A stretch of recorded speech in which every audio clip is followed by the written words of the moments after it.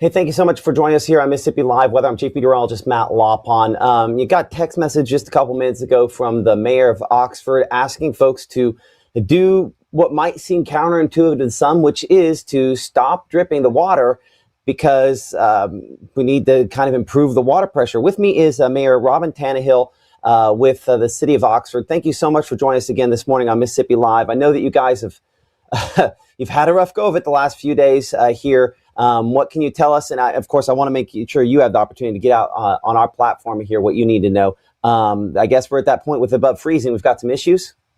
That's right, Matt. Last night around 10 o'clock, we started experiencing some water pressure and water capacity issues. And we have crews working on that all across town, addressing it from many different aspects.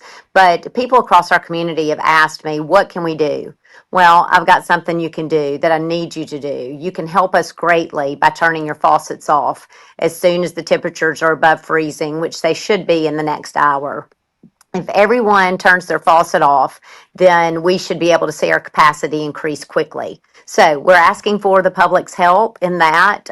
We've got crews that are out plowing roads, that are repairing water lines, that are repairing electric lines. Everything that we can do is in motion. We are all hands on deck today, and I've got a great team of people that have done it now for the past 3-4 days, and they are showing up to do it again. And we're not going to stop until everyone's power is restored. But I need your help on water. I need you to turn your faucets off now. We've all left them on dripping, and that was the advice as long as we were below freezing. But we're going to get over that in the next hour. And so I'm just asking the public to please help us by turning those faucets off.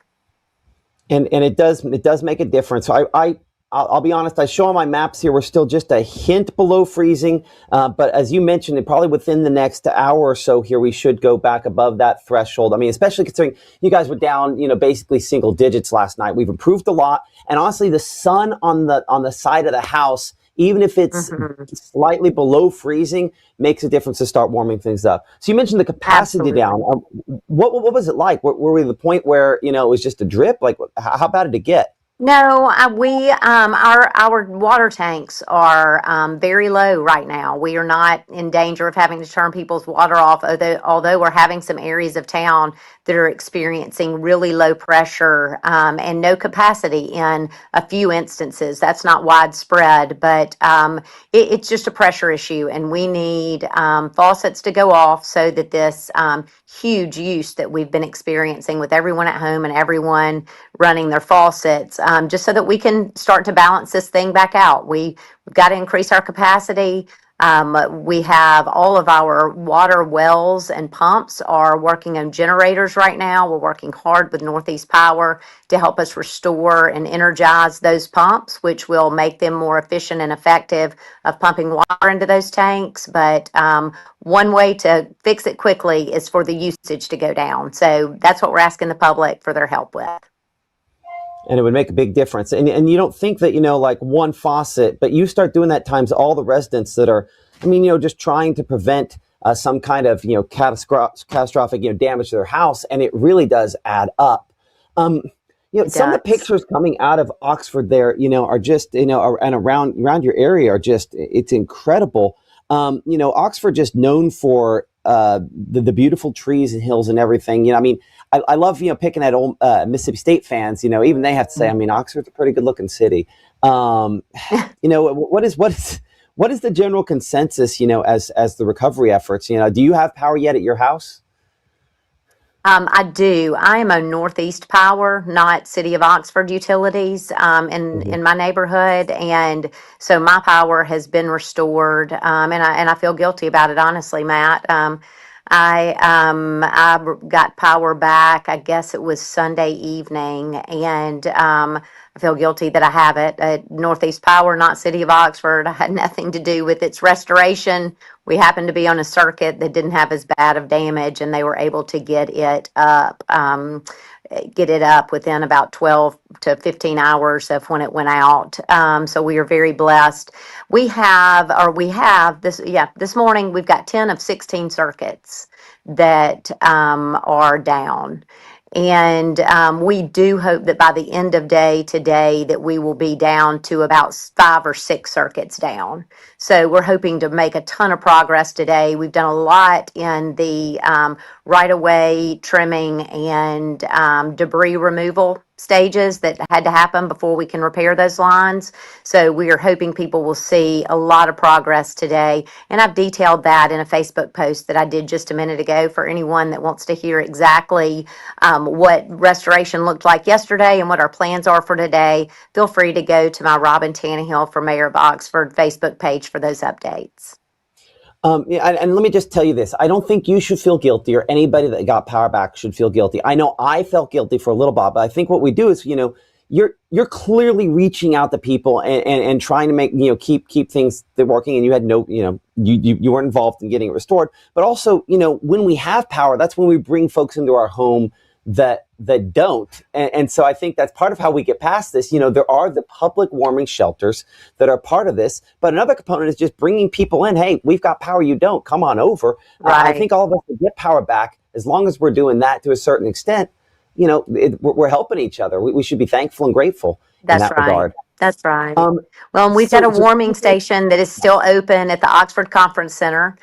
We had 280 people that spent the night there last night. Unfortunately, it is the facility that experienced the water capacity and pressure issues first. But we've got portable restrooms over there, and we are providing 3 meals a day and a warm spot, and we've got cots. So anyone who needs that shelter, please come join us. Yeah, and those warming shelters are important part of just getting past this unfortunately really ridiculously cold weather that we've had the last couple of days, and have coming on forward. Have people been reaching out to try to that are having difficulty getting there? And do you have any capacity to get people to the warming shelter if it's something we're talking homebound or elderly that are some of the most vulnerable? Do you have any way to get people to those spots? Well, we had 345 police radio calls yesterday, and the majority of those were transports. Yes, we have had to prioritize people with medical issues and elderly people, anyone that has a special need that can't possibly get there, things that are emergent. We have prioritized, obviously. We haven't been able to get to every single person that needs transportation, but we're doing that again all day today. We are very relieved that the National Guard has finally been called up, and we should have some National Guardsmen here tomorrow. We have asked them to bring vehicles that they can transport people in, and we hope that that will be a lot of their mission, is actually picking people up and getting them to the shelter, and then once people's power comes back on, getting them back home. Do we know where they're going to be mobilized out of at this point? My understanding this morning, Matt, is that they are going to all mobilize out of Camp McCain in Grenada. We have not been told whether once they get to Oxford, they'll stay in the armory here, or whether they will continue to go back and forth from Camp McCain as a home base kind of for everyone. We haven't gotten word on that yet. Okay. You're watching Mississippi Live Weather. I'm Chief Meteorologist Matt Lopon. We're talking with Robin Tannehill, the mayor of Oxford. She's asking that folks stop dripping their water as temperatures go above freezing in the next couple of hours, because it's caused some reduced capacity within the city. Also discussing, again, some of the ongoing lingering effects are going to be around for a while. One question, and speaking with the Red Cross North Mississippi a little bit earlier on, some of these warming stations are being converted over to kind of Red Cross shelters, for lack of a better way to put it. Do you have any of those kind of plans? Or I know that doesn't necessarily come from you, but do you know of any of those kind of plans for the Oxford and Lafayette County area? But we have not had any luck with assistance from the Red Cross yet. We are manning our warming station with City of Oxford employees at this point. And the city is contracted with a company to come in and do cots and meals and that kind of thing. We needed immediate assistance. We couldn't wait several days to set that up. And so we just pulled the trigger. And we, like I said, have employees that are there, and probably will be trying to solicit some volunteers and utilizing some of the National Guard members to man that warming station once we've exhausted all of our employees. But they have employees that are in departments that haven't had to show up for storm recovery or emergency management, want to be helpful and they want to do something, and they have been so generous to show up and work 24 hours a day. We've got shifts around the clock of city employees managing this warming station. So how can people reach out to help if they want to help? Because I mean, I know that you have a very young community in a lot of ways that has hearts for their fellow Mississippians. If they want to reach out and help, how can they do that? Well, I've encouraged people, Matt, that have reached out so far to just get together, go to a neighborhood and start at the front. I mean, debris Mhm. removal is so critical for us, and that has to be done before we can plow those roads in neighborhoods and in different areas. So it doesn't have to be an organized effort through the city. If you've got a chainsaw, if you've got the energy and the strength to go and move things out of the road and pile them up on the side of the road and keep going, we welcome your help in any street that you would like to help us on. Boy, I'm telling you right now, maybe we should get like some of the fraternities there in town inspired to help out the community, because I think this is an incredible opportunity. Young men, probably fairly bored, but an opportunity to pour back into the community. I don't know. Somebody you probably know better than I do. A group to throw that We into we to help have we help have them. been reached out to, in fact, by a fraternity wanting to help, and I would guess that was several hours ago that you could probably find them somewhere in Oxford right now clearing streets. So people are stepping up to help their neighbors and to lead in any way they can. So anyway, we are.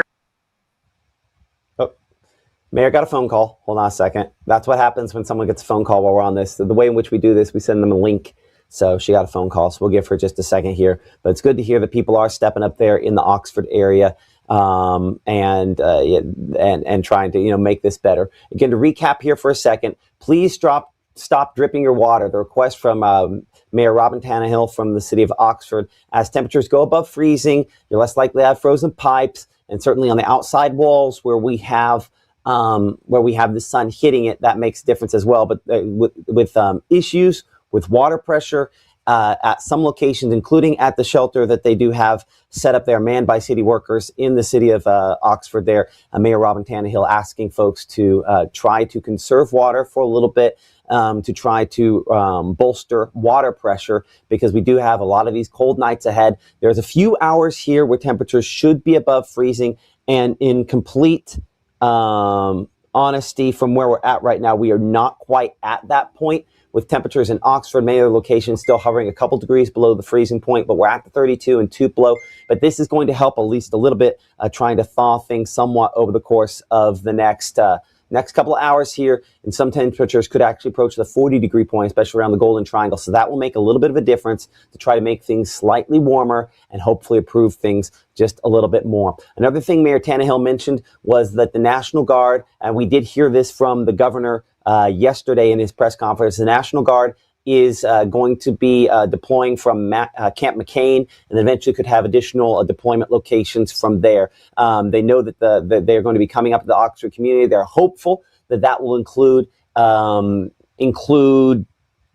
transport potential to and from homes for people. And she also mentioned that they've had hundreds of radio calls into their law enforcement officers to help transport people that are stuck in their homes to where they need to go. And I want to emphasize something I think has come up multiple times over the course of the last couple of days, which is, if you feel like your life is in danger, it is highly important that you go and call 911 and ask for assistance, because that is what 911 is for. It's not just somebody's breaking in. It's not just a house fire. And unfortunately, we did have a fatality in Alcorn County from a house fire overnight. We do not know for sure if that fatality was directly weather related. The sheriff up there in Alcorn County indicating that it might have been Ben Caldwell there. We'll have more information as that becomes available. But unfortunately, a terrible tragedy there. The second weather-related death here in North Mississippi, including a man in Tishomingo County that perished due to the cold weather and a tree falling into his structure there. So Unfortunately, we have had some tragedy with this beyond just the inconvenience of cold, and inconvenience is a kind way to say what so many of you are dealing with again, these sub-freezing temperatures across the region today. It looks like that phone call must be pretty important for Mayor Tannehill. She is still off there, so I think we'll go ahead and kind of wrap things up here behind the scenes, continuing again to monitor things. At noontime today, we're going to have a special interview.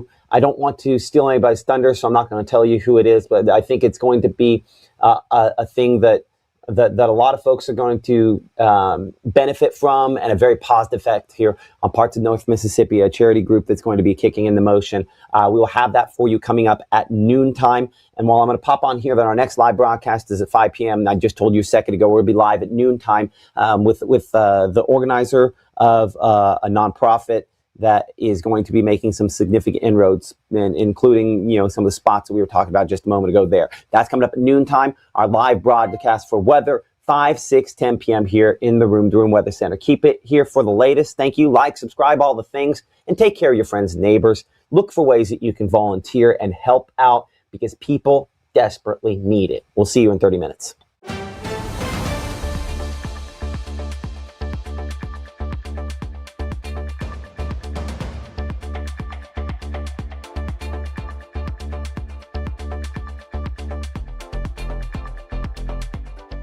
Game day brings its ups and downs, celebration and disappointment, anxiety and relief, friends and enemies. You can always argue over who should have won, but everyone can agree on great food. Appetizers, entrees, drinks, party platters, or even the taste of sweet victory. There's something for every season at Eat With Us restaurants.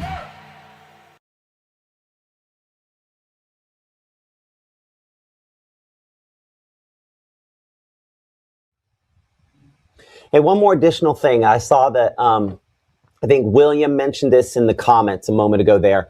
And because we can pop back on before we turn it off, I figured it's probably a good time to do that. Only want to be stopping the dripping of the water while it's above freezing. We will go below freezing later on this evening. I'll double check the timing on that. I could pull up an hour-by-hour forecast here for a moment, double check the timing. But we only want to be, we want to stop the dripping for the next few hours here. Let's get you a time frame. Oh gosh, what is that under? It's under hour by hour. Oh, man, not hourly. Why can't I think of what the name of it is right now? What the name of my graphic is? Day part. No. Oh well, we're just gonna pull up a temperature map. TEMP. Because I want to get you, time, because that person was absolutely right, and that's an oversight of mine. That we want to only stop, stop it right now while it's above freezing. Just give me just a moment. I'll drag that in here, and we'll time out how long it'll stay above the freezing point. So by 12:30, we hopefully, this is a little aggressive there, maybe about 36, 38, or 39 degrees. So 4 p.m. there in Oxford and at some other spots. And this does apply to other locations. I think by 7 p.m. tonight, we're back below freezing. And listen, when the temperatures say 25 and below is when we really need to be doing, having the water dripping. So I would say a good time to start dripping again, probably 6 to 7 p.m. And we're talking only has to be just a little bit of drip. It does not need to be just running water right down the drain, but a little drip on those pipes definitely helps. But I see someone there saying yours is going to stay dripping. Listen, you have to make your own choices on this, but I think for a collective good, stopping the dripping between really about now, maybe noontime, and say 6 to 7 p.m. tonight. Most of us should be in good shape there. Certainly the coldest temperatures after that. And I'll just go forward because, again, we have another, another very chilly night on the way with teens and low 20s out there. Not as cold as tonight. Last night was, but milder for tomorrow, early morning. And then we do warm up probably into the 40s for tomorrow afternoon for a lot of spots. So we continue to help that thaw before you have another night in the low 20s and teens. And we do have more temperatures ahead that go down in the low teens, maybe even single digits in extended forecast. Of course, more of that with our forecast coming up later. But the headline, Mayor Robin Tannehill out of Oxford asking folks to stop dripping their faucets to improve water pressure. And I guarantee that's not the only community that needs to do that. Between now and say about 6 p.m. to 7 p.m., that would be the recommendation. Okay, we'll see you guys come up here in about, I guess, 25 minutes now or so with an announcement from a local nonprofit about something that they're going to be doing to hopefully help out the community. Will definitely help out the community. So we'll see you here in about 30 minutes.